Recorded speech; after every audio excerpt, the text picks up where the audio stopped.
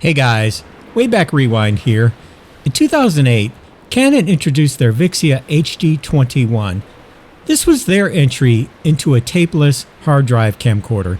It could record in full HD, 1920 by 1080, and it could also record to SD card, but they weren't quite large enough to be used by themselves. I'm going to show you Canon's HD hard drive camcorder coming up next, here on Wayback Rewind.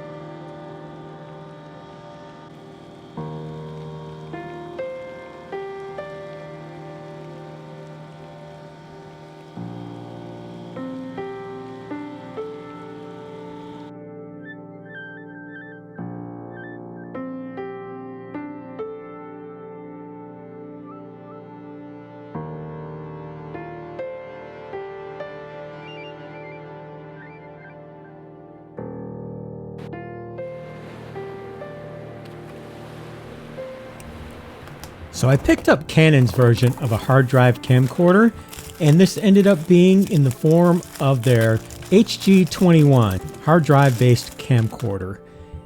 This camera has a lot of interesting features: a 1/3.2 CMOS sensor with a total of 3.3 megapixels, a 120 gigabyte hard drive that can record up to 11 hours at 24 megabits per second.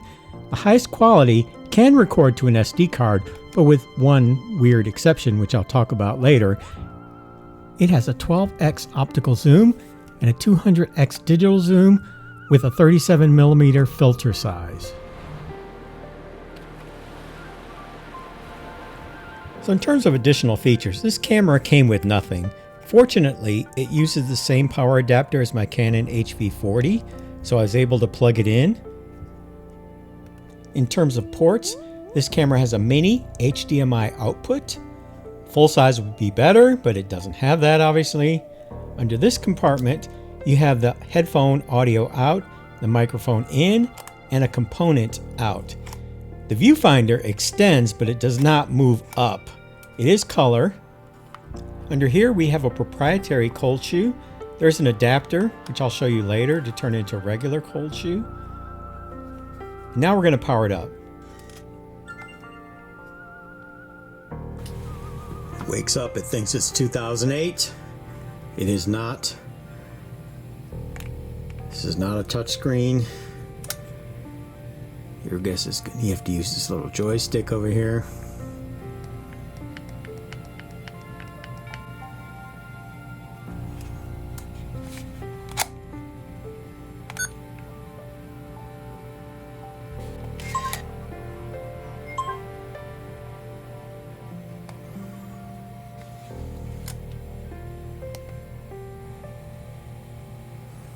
It is playing.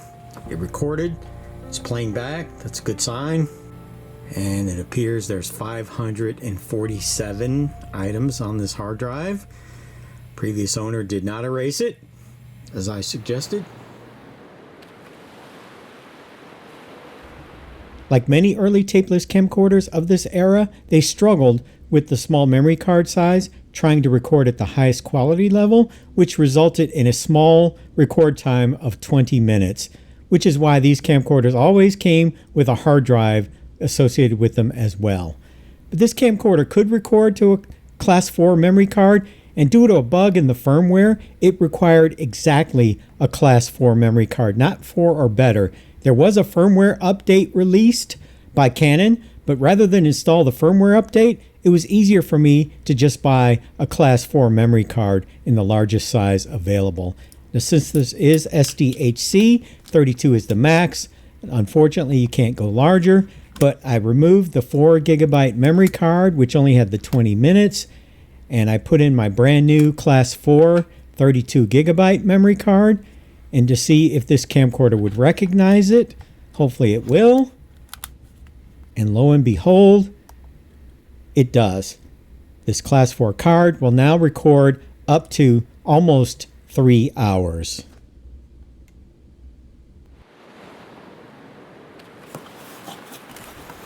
As I indicated earlier, this camcorder came with nothing. Fortunately, brand new batteries and chargers are still available for this camera, brand new.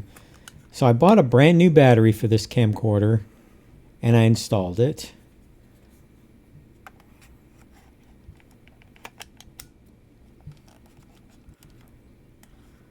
Fortunately, it was the correct battery for this camera and it worked fine. I also told you earlier that it had a proprietary hot shoe, but there is an adapter to allow you to turn that proprietary hot shoe into a regular cold shoe.